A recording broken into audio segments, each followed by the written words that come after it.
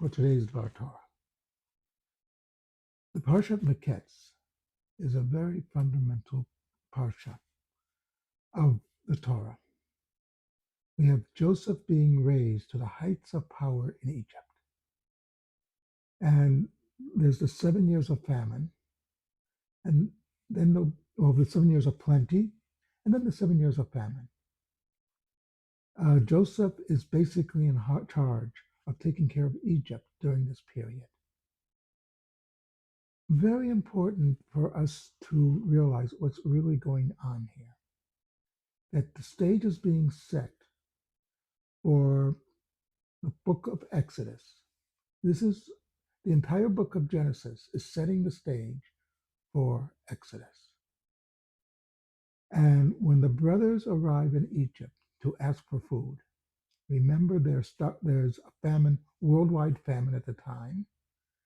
They go to Egypt to get food. Joseph sees them and he recognizes them right away.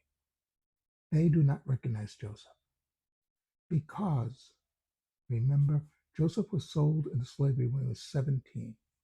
He was a kid. Now he's a mature adult. This is basically many years since he was sold. He is the second highest person in Egypt, next to Pharaoh.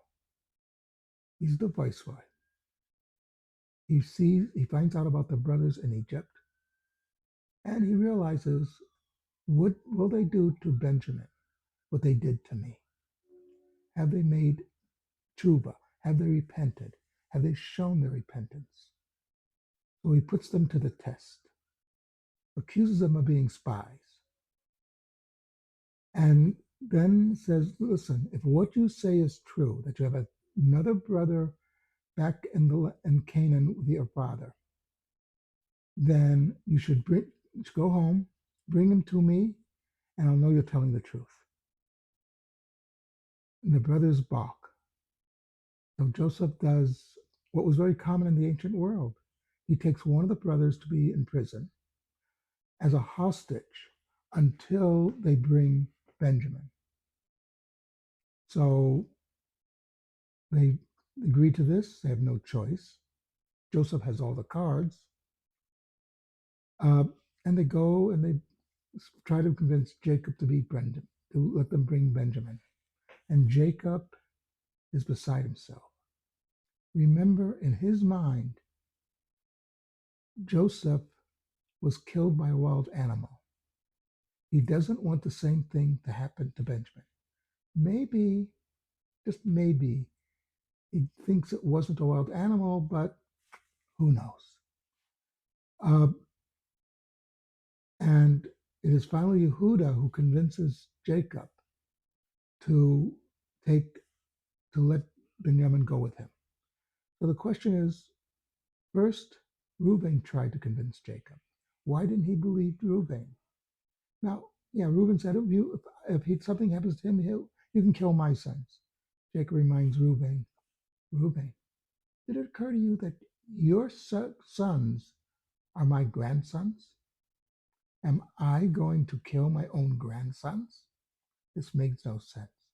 Also, Reuben is a fellow who doesn't quite get it.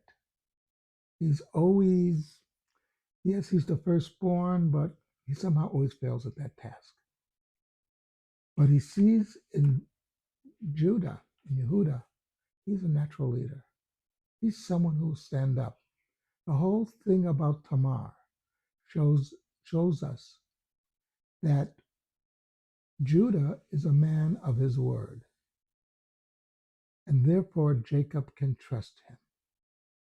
So now the stage is set for the meeting of the brothers with Benjamin, with what they perceive as the viceroy of Egypt. What they do not know is Joseph, their brother, and the question comes, will they do to Benjamin what they did to Joseph?